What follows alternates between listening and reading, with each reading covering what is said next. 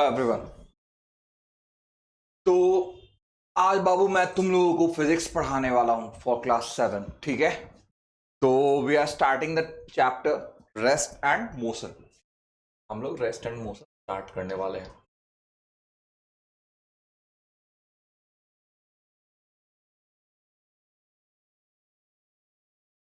Okay, तो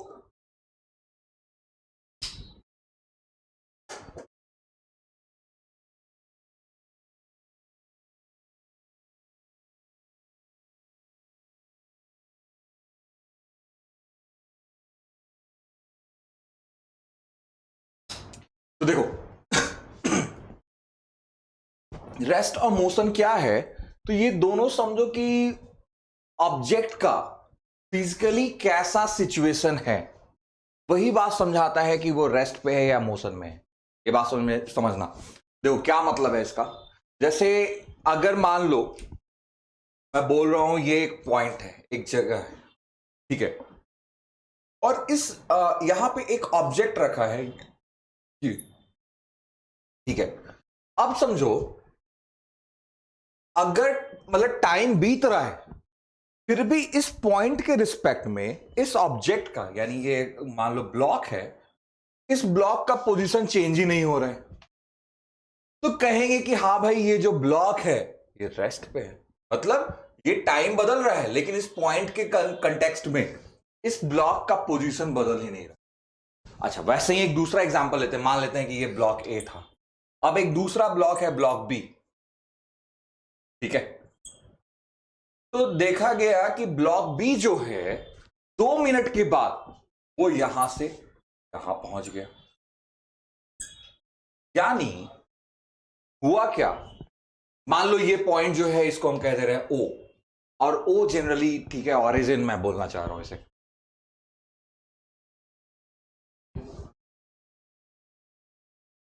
आ,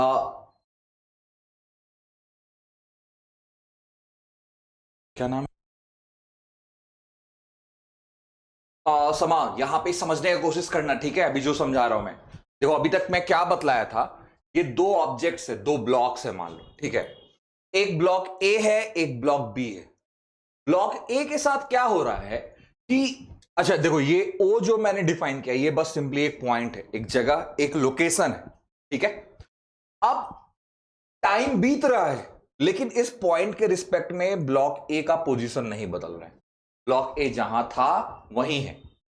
और लेकिन टाइम बीतने के बाद ब्लॉक बी जो है वो मान लो, ठीक है, लेट्स से कि 5 मिनट में, ये 5 मिनट्स में ब्लॉक बी जो है वो यहां से यहां पहुंच गया। यानी ब्लॉक बी का पोजीशन चेंज हुआ टाइम के साथ, ब्लॉक ए का कोई पोजीशन में चेंज नहीं आया।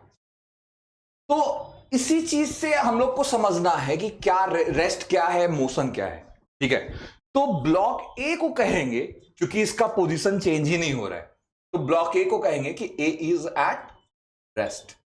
ए जो है वो रेस्ट पे है।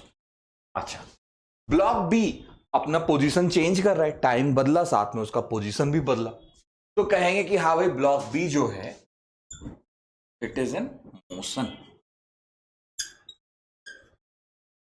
यानी देखो यहां पे मैं दो टर्म समझा रहा हूं कि रेस्ट क्या होता है एंड मोशन क्या होता है, ये दो चीजें, ठीक है। तो रेस्ट और मोशन को समझाने के लिए मैं दो चीज का यूज किया। एक टाइम का यूज किया, एक जो चीज था वो था टाइम, दूसरा जो चीज था वो था एक रेफरेंस पॉइंट। क्या बोल रहा हूं मैं इसे, रेफरेंस पॉइंट।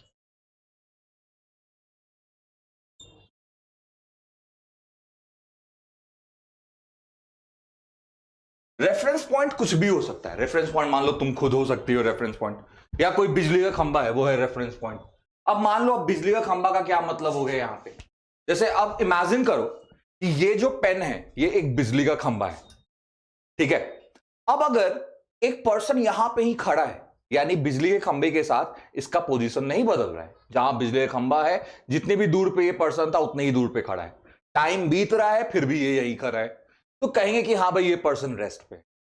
अब लेकिन यही पर्सन अगर मूव करने लगे, यानी उसका पोजीशन बदल रहा है, यानी बिजली का खंबा पीछे छूटते जा रहा है, तो यानी जब पोजीशन बदल रहा है तो कहेंगे कि ये मोशन है।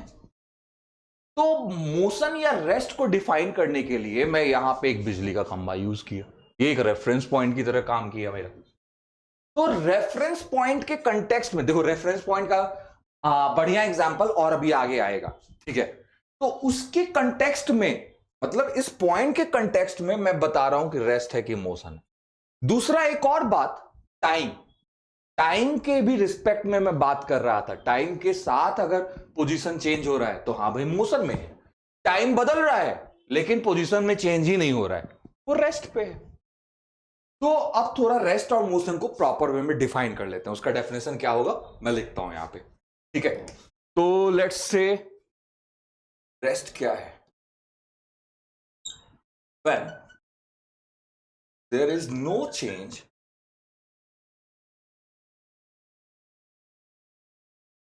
in position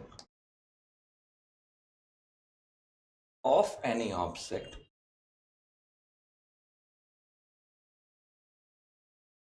with respect to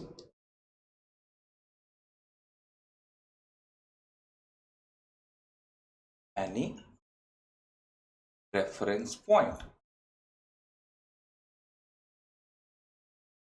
and time। तब कहेंगे कि हाँ भाई ये ऑब्जेक्ट जो है वो रेस्ट पे है।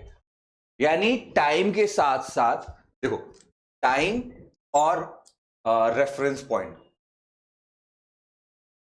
ये रहा रेफरेंस, टाइम और रेफरेंस पॉइंट के कंटेक्स्ट में, मतलब उसके साथ कंपैरिजन करते हुए अगर ऑब्जेक्ट में नो चेंज इन पोजीशन देखा जाए, यानी ऑब्जेक्ट का पोजीशन बदल ही नहीं रहा है, तब कहेंगे कि हाँ भैया वो ऑब्जेक्ट रेस्ट पे है। समझ में आ रहा है समय ये बात कि रेस्ट क्या होता है या रेफरेंस पॉइंट का क्या यूज कर रहा हूं मैं बार बार? समा, रिप्लाई विद अ यस और नो।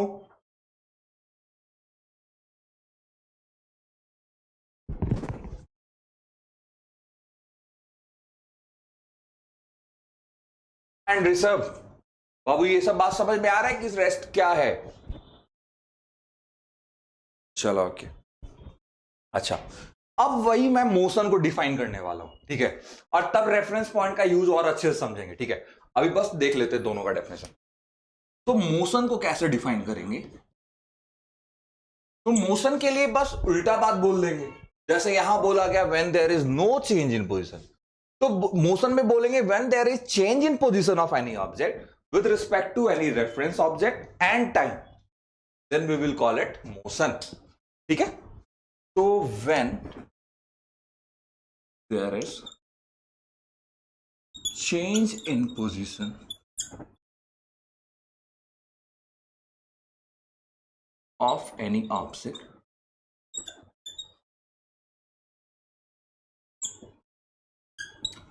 with respect to, देखो ये एक स्टैंडर्ड शॉर्ट फॉर्म हो गया WRT, मतलब विद रिस्पेक्ट टू, ठीक है। तो with respect to any reference object and time, तब कहेंगे कि the situation of object will be called motion, ठीक है। यानी मोशन का मतलब क्या हो गया कि जब ऑब्जेक्ट का पोजीशन चेंज करे with respect to any reference object. अब सर बार बार आप रेफरेंस ऑब्जेक्ट बोल रहे हो, क्या है रेफरेंस ऑब्जेक्ट? चलो इसको और अच्छे से समझते हैं। चलो, तो let's take the example of two cars, ठीक है। मान लेते हैं एक कार है अपना,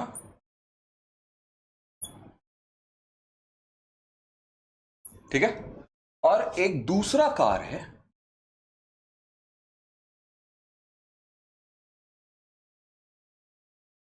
ठीक है। चलो मान लेते हैं ये है कार ए, ये है कार बी, ठीक है। और एक पर्सन है जो यहां पे खड़ा है। अब देखो, मान लेते हैं कि दोनों का दोनों कार जो है इस डायरेक्शन में 40 किलोमीटर पर आवर से ड्राइव कर रहे हैं, 40 किलोमीटर पर आवर। दोनों का स्पीड सेम है 40 किलोमीटर पर आवर, और ये जो पर्सन है, इस पर्सन को नाम दे दे रहा हूं मैं सी। ये पर्सन बस चुपचाप जहां है वहीं खड़ा है, ये जहां है ये वहीं है, ठीक है, यानी ये रुका हुआ है। अब देखो समझो बात को, क्या होने वाला है। मान लो जब कभी भी टाइम बीतेगा, जैसे कार दोनों कार 40 किलोमीटर पर आवर से आगे की तरफ ड्राइव हो रहा है, यानी कुछ किसी भी टाइम बाद, मान लो 5 मिनट बाद, 10 मिनट बाद, जब कभी कार ए का ड्राइवर जब कार बी के ड्राइवर को देखेगा तो पाएगा अरे ये तो वही है। कार बी वाला भी जब देखेगा ए को तो वो भी पाएगा कि ये तो वही है। यानी दोनों के दोनों आगे बढ़ रहे हैं, पर दोनों एक दूसरे के रिस्पेक्ट में सेम जगह पे हैं।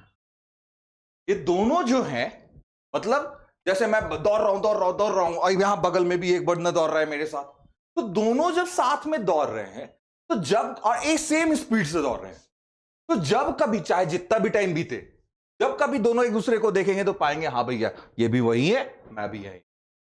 यानी यही सिचुएशन इन दोनों के साथ है। यानी जब कभी भी दोनों एक दूसरे को देखेंगे तो कार ए भी वहीं दिखेगा, कार बी भी वहीं दिखेगा।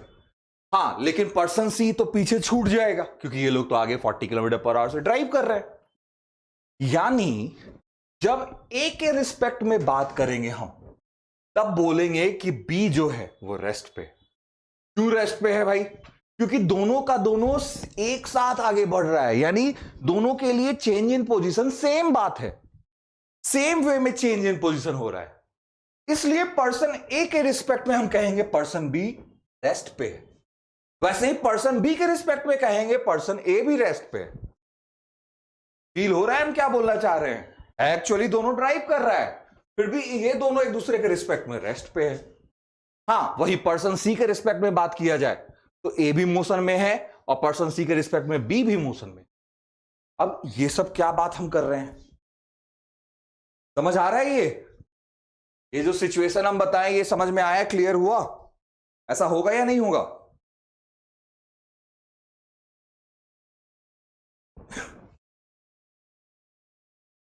समा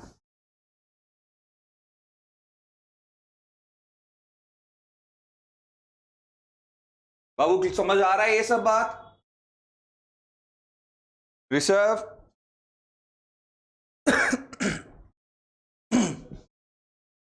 ओके, तो देखो, जब पहली बात यहां रेफरेंस ऑब्जेक्ट को मैं समझा रहा था कि जब मैं रेफरेंस ऑब्जेक्ट ए को कंसिडर कर रहा हूं और तब बी के लिए पूछ रहा हूं कि बी रेस्ट पे है या मोशन में है, तो बी रेस्ट पे ही है, क्योंकि ए के रिस्पेक्ट में बी का कोई पोजीशन में चेंज नहीं हो रहा है।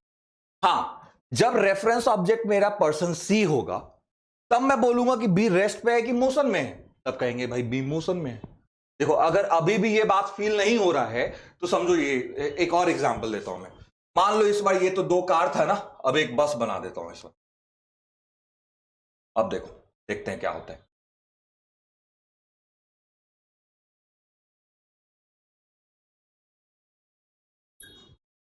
ठीक है, मान लो यहां पे एक पर्सन है, यहां दूसरा पर्सन है, यहां तीसरा पर्सन है, ये है ए, ये है बी और ये है सी, और जो बस है मान लो वो मूव कर रहा है with speed of 30 kilometre per hour. ठीक है, ये 3 पर्सन बस के अंदर मैं दिखला रहा हूं। अब मान लो एक पर्सन है जो बाहर खड़ा है और वो सबको ऑब्जर्व कर रहा है, देख रहा है। ठीक है, तो जब मैं, बस तो चल रही है, ठीक है, तो जब मैं पूछूंगा कि ए के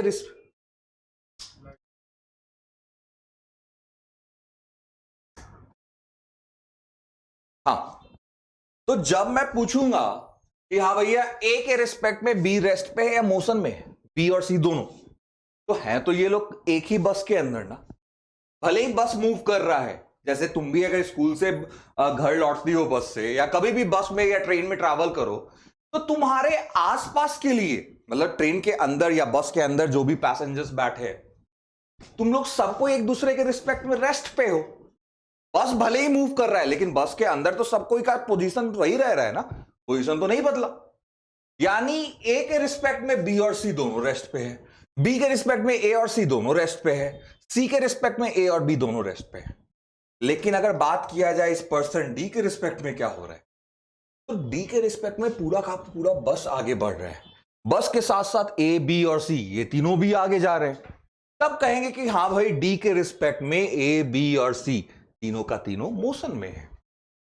यानी किसके रिस्पेक्ट में बात कर रहे हैं आप, ये डिफाइन करेगा कि हाँ भैया चेंज इन पोजीशन हो रहा है या नहीं हो रहा है। यानी वो रेस्ट पे है ऑब्जेक्ट या मोशन में है, ये इस बात को समझने के लिए आपको एक रेफरेंस पॉइंट या एक रेफरेंस ऑब्जेक्ट लेना पड़ता है। अगर अभी भी ये बात नहीं फील हो रहा है तो इसको ऐसे समझो, जैसे देखो मान लो ये पेन, ठीक है, मान लो मैं 5 मिनट तक ऐसे ही खड़ा हूं और ये पेन भी यही का यही है, तो मेरे लिए तो ये पेन रेस्ट पे हो गया ना, मैं भी खड़ा साथ में ये पेन भी वही का वही, यानी पोजीशन में चेंज नहीं हो रहा है, तो ये रेस्ट पे है। लेकिन अब इमेजिन करो कि इस सेटअप, ये पूरा ट्रांसपेरेंट सेटअप है और कोई पर्सन है जो मून पे बैठ के हम लोगों को ऑब्जर्व कर रहा है, तो मून पे बैठा पर्सन क्या बोलेगा कि ये तो पेन मूव कर रहा है। क्यों? क्योंकि अर्थ भी मूव कर रहा है, तो अर्थ के साथ ये पेन मूव कर रहा है, यानी पेन मोशन में है। यानी मून से जब कोई देख रहा है तो उसके लिए वो ये पेन मोशन में है, लेकिन मेरे लिए क्या है, ये पेन रेस्ट पे है। फील हो रहा है ये बात? यानी इसी के लिए हम एक लाइन यहां पे देने जा रहे हैं कि रेस्ट एंड मोशन जो है वो रिलेटिव टर्म है। Rest and motion are relative terms. अब ये रिलेटिव टर्म का मतलब क्या हो गया, तो देखो समझ, अगर रेस्ट या मोशन को डिफाइन करना है तो सबसे पहले आपको एक रेफरेंस पॉइंट कंसिडर करना पड़ रहा है, यानी किसी के रिस्पेक्ट में बताना समझाना पड़ रहा है कि हां भाई वो रेस्ट में है या मोशन में है। और दूसरा बात, सेम ऑब्जेक्ट हो सकता है किसी के लिए रेस्ट पे हो और किसी दूसरे के लिए मोशन में हो। सेम ऑब्जेक्ट, ऑब्जेक्ट बी ए और सी के लिए रेस्ट में है, लेकिन डी के लिए बी मोशन में है। यानी सेम टाइम पे सेम ऑब्जेक्ट रेस्ट पे भी हो सकता है, मोशन में भी हो सकता है। बस फर्क क्या है कि आपका रेफरेंस पॉइंट क्या है, किसके रिस्पेक्ट में आप समझा रहे हो इन बातों को। तो चूंकि रेस्ट और मोशन को एग्जैक्टली हम नहीं बोल सकते हैं कि हां भाई ये पेन रेस्ट पे ही है या हां भाई ये पेन मोशन में ही है, ऐसा एग्जैक्टली डिफाइन नहीं कर सकते हैं। आपको बताना पड़ेगा किसके रिस्पेक्ट में ये रेस्ट पे है। ये बात फील हो रहा है? और चूंकि आप किसी के रिस्पेक्ट में बता रहे हो, इसीलिए हम कह रहे हैं कि rest and motion are relative terms. Comparison करके समझाना पड़ता है कि कौन रेस्ट पे है, कौन मोशन में है। ये सब बातें फील हो रहा है? चलो अब थोड़ा देखते हैं कि मोशन, जैसे रेस्ट का मतलब तो क्या हो गया कि जब पोजीशन ना बदले, तो वो तो एक सर्टेन सिचुएशन हो गया। मोशन में तरह तरह का वेराइटीज वाला बात होगा। तो अब बेसिकली हम लोग मोशन को समझ रहे हैं और ये चैप्टर भी फुल्ली कहीं ना कहीं मोशन पे ही बेस्ड है, ठीक है। तो मोशन के क्या क्या टाइप्स होते हैं उसको अभी समझने का अब हम कोशिश करेंगे। तो लेट्स सी कि मोशन के क्या क्या टाइप्स हो सकते हैं। तो बहुत बेसिक कैटेगरी मोशन का क्या हो सकता है,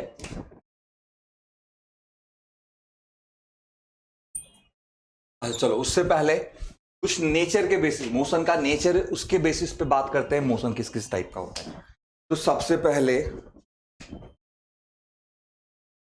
लीनियर मोशन,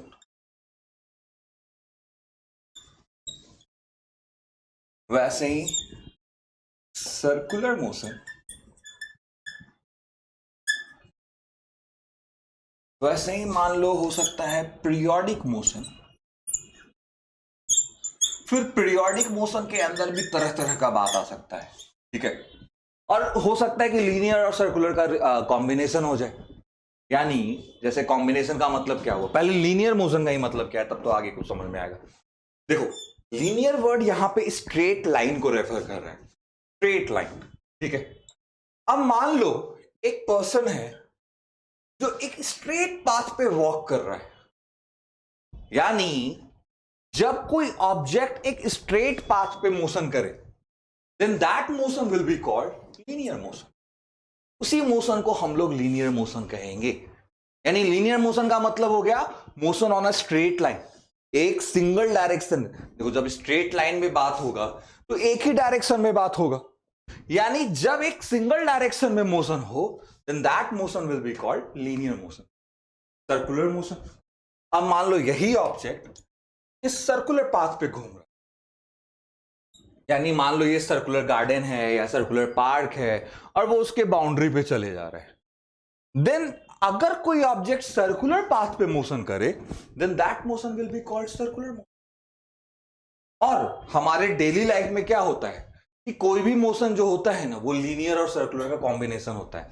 सोच के देखो, मान लो जैसे तुम ही बाइक से ट्रैवल कर रहे हो या जैसे सिंपली साइकिल चला रहे हो, तो हो सकता है चलाते समय मान लो तुम्हारा रास्ता कुछ ऐसा है, बट हो सकता है तुम मान लो ऐसे चलो, कुछ इस तरह से चलो, और या फिर हो सकता है आगे स्ट्रेट चले जाओ।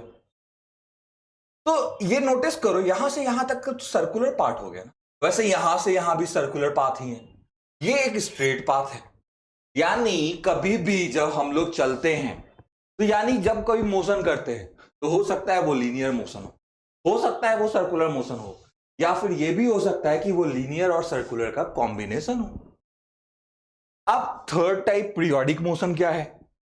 तो पीरियोडिक मोशन का मतलब हो गया ना, देखो पीरियोडिक वर्ड रिपीटेशन को शो करता है, रिपीटेशन यानी जब कोई चीज रिपीट होता है। तो पीरियोडिक मोशन मतलब ऐसा मोशन जिसमें ऑब्जेक्ट बार बार अपने मोशन को रिपीट कर रहा है।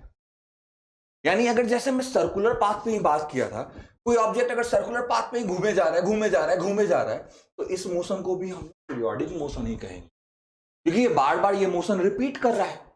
वैसे ही एक दूसरा एग्जांपल सोचो, मान लो यहां से ये कील है और यहां से मैंने एक रस्सी से एक पत्थर को बांध दिया, ये एक पत्थर है, और तब इसको एक तरफ ले जाके छोड़ दो, तो क्या होगा, ये ऑब्जेक्ट जो है इस रास्ते पे टू एंड फ्रो आगे पीछे करता रहेगा।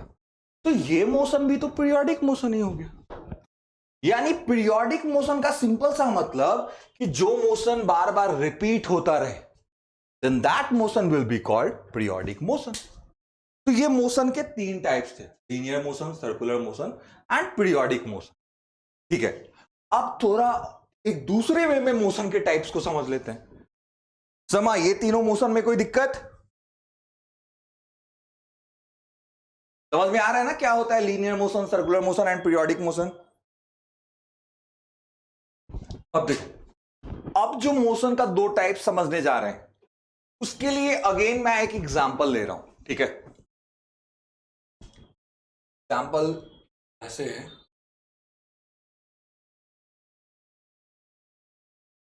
मान लो again there are two cars, car A and car B, और यहां पे मैं टाइम का बात कर रहा हूं। ठीक है, तो 5-5 मिनट का टाइम इंटरवल का मैं बात कर रहा हूं। तो पहली बार टाइम इंटरवल, ये इंटरवल वर्ड का मतलब क्या होता है? जैसे मान लो तुम्हारे जो स्कूल के क्लासेस जो चलते होंगे, हो सकता है 30-30 मिनट्स का हो, या हो सकता है 45-45 मिनट्स का हो।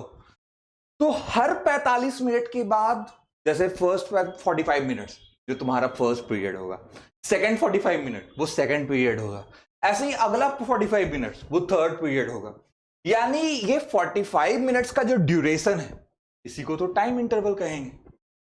तो यहां पे जो टाइम इंटरवल मैं ले रहा हूं वो 5-5 मिनट्स का है, और चेक करने जा रहा हूं कि हाँ भाई जो कार ए है वो पहले 5 मिनट में कितना ट्रैवल किया, या कार बी पहले 5 मिनट में कितना ट्रैवल किया, ये सब बात मैं करने जा रहा हूं।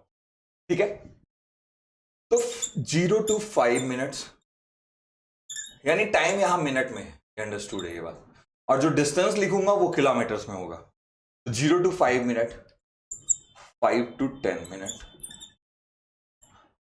10 to 15 मिनट, 15 to 20 मिनट, इतना ही काफी है अपने लिए। अब देखो, ये 5-5 मिनट का 4 टाइम इंटरवल है यहां पे।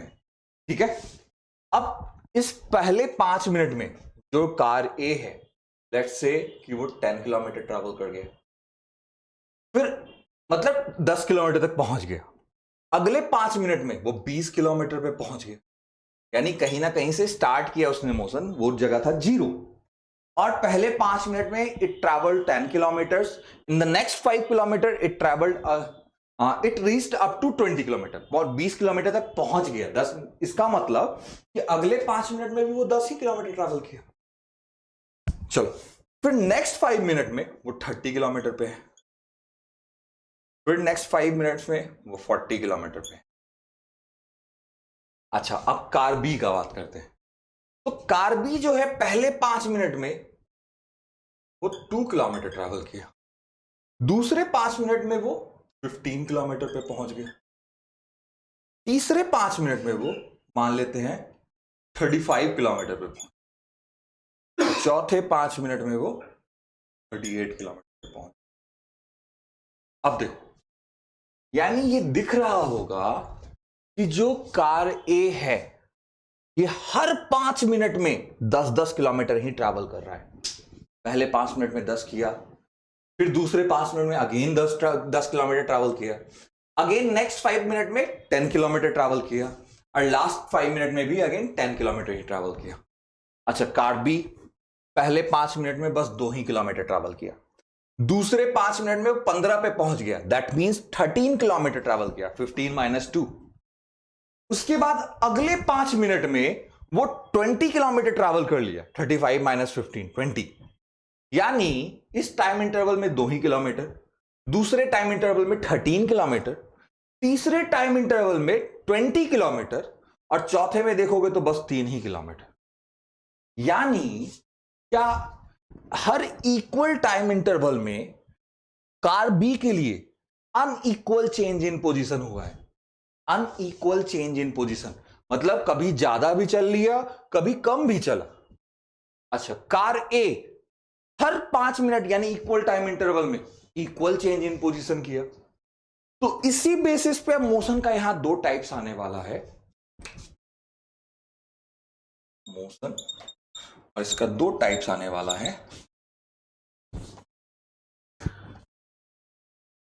एक को बोलेंगे हम यूनिफॉर्म मोशन,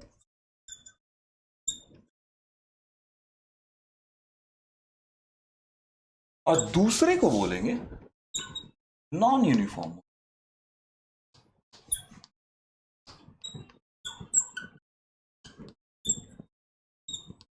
अब देखो दोनों का मतलब क्या है। यूनिफॉर्म मोशन का मतलब हुआ कि जब इक्वल टाइम इंटरवल में इक्वल चेंज इन पोजीशन हो रहा हो, हर 5 मिनट में 10-10 किलोमीटर ही ट्रैवल हुआ, यानी इक्वल टाइम इंटरवल में इक्वल चेंज इन पोजीशन हुआ, तब कहेंगे कि it is an example of uniform motion. यानी समा कार ए यूनिफॉर्म मोशन कर रहा है या कार बी यूनिफॉर्म मोशन कर रहा है? रिप्लाई विद ए और बी। यूनिफॉर्म मोशन कौन कर रहा है, ए या B?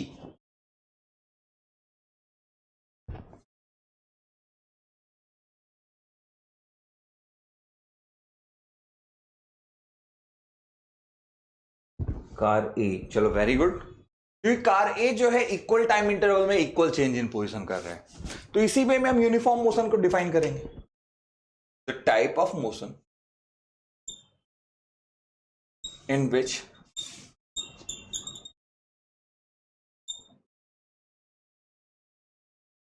Object travels equal distance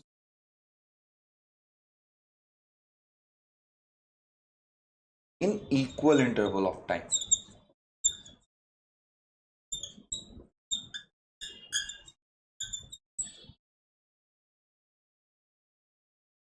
तब कहेंगे कि the motion is uniform motion, यानी ऐसा मोशन जिसमें object equal distance equal time interval में चेंज करे या ट्रैवल करे, then that motion will be called uniform motion. Non uniform motion क्या है? तो the type of motion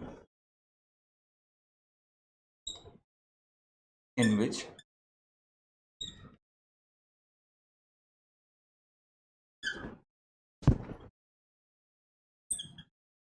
there is unequal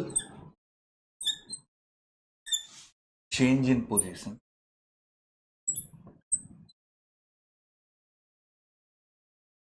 in equal intervals of time.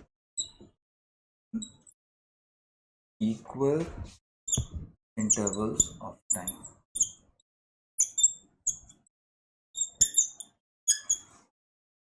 तो ऐसे ही सच मोशन को नॉन यूनिफॉर्म मोशन कहेंगे, यानी जो पर्सन बी या कार बी जो है वो नॉन यूनिफॉर्म मोशन कर रहा है. Car A is doing uniform motion and car B is doing non uniform motion.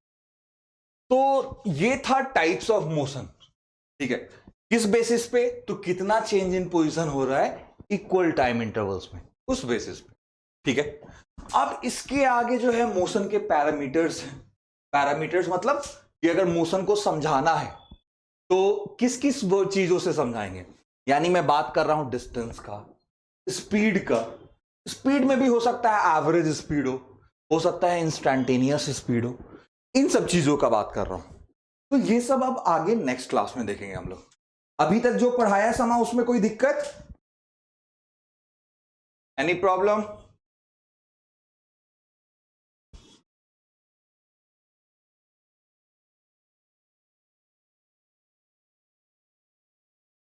चलो ओके. तो आज के लिए इतना ही. तुम लोग को तुमको क्या करना है, अपने बुक से इसको रीड करना है. इस चैप्टर को जहां तक मैं पढ़ाया कम से कम वहां तक रीड कर लेना है. ठीक है, तो thank you and bye bye.